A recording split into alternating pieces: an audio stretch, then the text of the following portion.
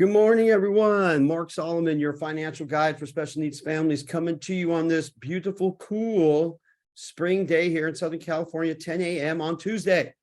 This is our first live of the week, and we are excited. Why? Because we just transitioned from question and answer about savings for you for the long term, and now we're going to be talking about something even more important, right? Now that you're how to be better able to save for your special needs child. The reason we put that in quotes and reason it's capitalized is because it refers to ABLE accounts. And I know a lot of you say, oh, he's talking about ABLE accounts again. Look, ABLE accounts are an extremely versatile way for you folks to save for your child's future, put money aside to shelter from benefits, to protect your child now and into the future, to give your child a leg up in the future for future expenses, to help with emergencies when your child is a minor, to pay for extra expenses and afford it and not have to take it out of your regular budget. So this is what we're talking about today. How to better be able to save for your special needs child. How to be better able. Okay, so let's get started. This is Mark Solomon, your financial guide for special needs families. I'm bringing you simple ideas and strategies to help lower your financial pressures today so you can get back to what's most important, taking care of your family. And please pray for Suzanne. She's having a little allergy issue right now. So if you hear coughing in the background, she's not sick. It's just there's so much stuff in the air here after all the rain that in Southern California now it's even worse than normal. But it's okay because it's beautiful. Lots of green grass and flowers. It's just an amazing thing. So anyway, let's get started. So we're talking about ABLE accounts. So let's give a quick overview. Today, we're going to give an overview and a few reasons to save in an ABLE account. And then we'll follow up with a Thursday video on finishing up with a few more things because we're going to break it down into two parts. Okay. So today, ABLE account. What is an ABLE account? An ABLE account is an acronym, and it stands for Achieving a Better Life Experience. A better life experience for your special needs child. And how do you do that? Well, if you're on SSI or not on SSI, if you're on Medicaid or Medi-Cal or not on Medicaid or Medi-Cal, you need money put aside for expenses now and into the future, and emergencies now and into the future. Isn't that correct? Because in your special needs child's future, when they become age of majority, which is 18 or over, they are going to be eligible for SSI and Medicaid or Medi-Cal, regardless of how much money you make, regardless of if you were able to get benefits for them when they were a minor, depending on your income, right? So this all applies. So if right now they're on your insurance, and they will be into the age of 26, if now you're able to afford all their extra expenses and co-pays, great, fantastic. And you don't need SSI or Medicaid or Medi-Cal, fine, terrific. I'm so happy for you. But guess what? When they turn 18, they're going to be eligible for SSI and Medicaid themselves or Medi-Cal. And there are restrictions in regard to how much money they can have in their name. And that's their checking or savings account. That's investments or savings outside of the bank. That could be a college savings account. That could be an investment account, a minor Roth IRA, right? It could be an endowment from a family member.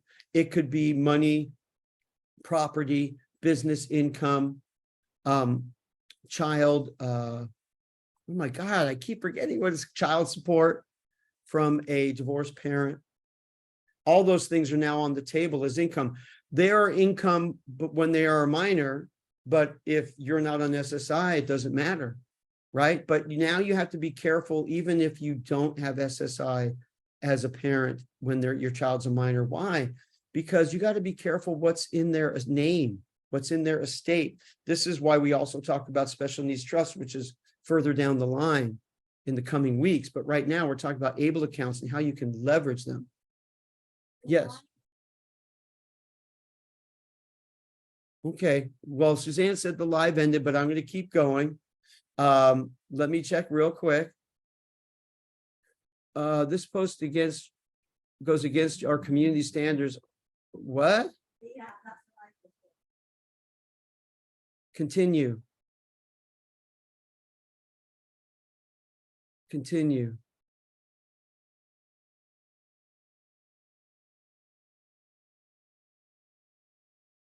Okay. Because this post goes against our community standard.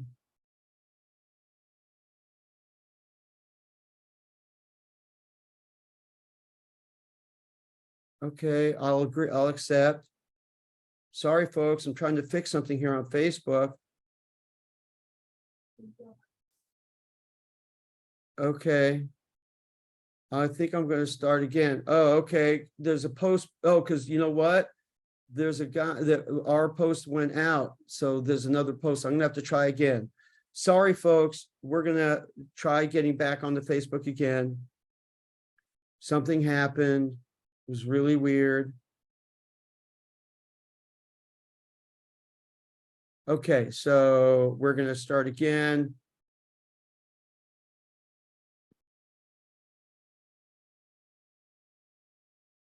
Okay, here we go. I apologize for all of those who are on Zoom and for the video timing out and we having to just keep going, but this is live and we're not going to stop. Okay, here we go. It says we're going live. There we go. Okay, it's now says we're streaming on Facebook again. So let me just backtrack real quick and just say that regardless of the fact if you're on SSI or not, as a parent, when your child is a minor, you're going to need to protect their assets anyway, because one day instantly they're going to be exposed to the regulations of the state if they're going to take SSI, right? Because anything in their name is going to be considered an asset and they're not going to be able to get any benefits, Medicaid, Medi-Cal, SSI. Okay, so let's kind of get a couple of strategies here. So what do you do if you're on SSI as a parent? The best thing to do is anytime you get a surplus amount of money in your or your child's account, put it in the ABLE account, because right now the ABLE account, you can put up to $17,000 a calendar year in that thing. And that's a lot of money for most people. So that gives you a great big bucket to fill with surplus. And guess what you can do with child support? Child support can go in there. If your child is getting some kind of income from a business from an outside your family, that could go in there as well. Anything, just move through the checking account, savings account into the ABLE account up to 17 grand a year. It's a good way to shelter that money. Okay. Also, small life insurance claims that were left to your child as a beneficiary, or left to you for your child, that can go in there as well. Because most life insurance policies, my understanding, your child gets is the beneficiary. If they're not 18, it goes into an escrow account until they're 18. So they can't touch it. So let people know. That's another reason we're going to talk about special needs trust later at another time. So surplus money goes in there, child support money can go in there, gifts from family members can go in there. And that's what that's for. That's a place to put it, so it doesn't show up for your child. So when your child hits age of majority, like I was saying, boom, instantly you've got a habit of putting the money outside. Their child understands that if they're capable, and the monies in the ABLE account can be used for their education if they're getting an education, or any of their expenses, because the qualified disability expenses, the QDEs, range so wide. And we're going to put up a post about QDE so you can get an idea of how wide they are. You can vacation in Fiji or fix a broken dishwasher, anything in between. It did it again. It timed out. Well, we're going to keep going and finish it, and then we'll post it. So, folks, listen. This is what an ABLE account is for: sheltering assets from benefits now and into the future so that you can better take care of your child. I'm sorry about what happened in the middle there, but we're going to soldier on to the end here. We're only a couple of things left. Look, think about it this way. If you need a new vehicle, you can use the monies from the ABLE account. But if you don't have an ABLE account, you can't, you've already spent the money because you're afraid to lose your benefits if you're on SSI. If you're not, things are different. But if you're on SSI, it's a problem. If you're on benefits, it's a problem, right? So there's a way for you to put money aside to buy a house, to fix a house, to fix a car, to buy a car, to go on vacation, to go out to eat, right? Because special needs trust money, except for certain circumstances, you can't use for food and shelter, but you can use food and shelter, monies for food and shelter out of an ABLE account. Okay, so what we're going to do is we're going to go further into some of the ways an ABLE account can be used and how you can save in it and how it ties into special needs trust in part 2 on Thursday. So I know this has been kind of jumbled. I do apologize, but check out what the post we put up about ABLE accounts and qualified disability expenses.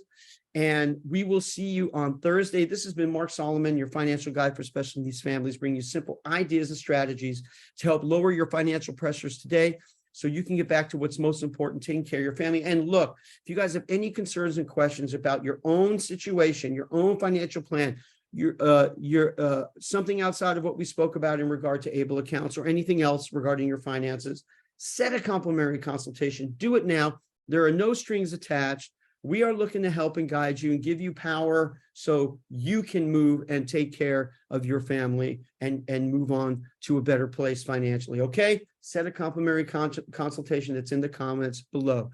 Take care. God bless you all. We will see you Thursday for part 2, talking about ABLE accounts. Take care. Bye-bye.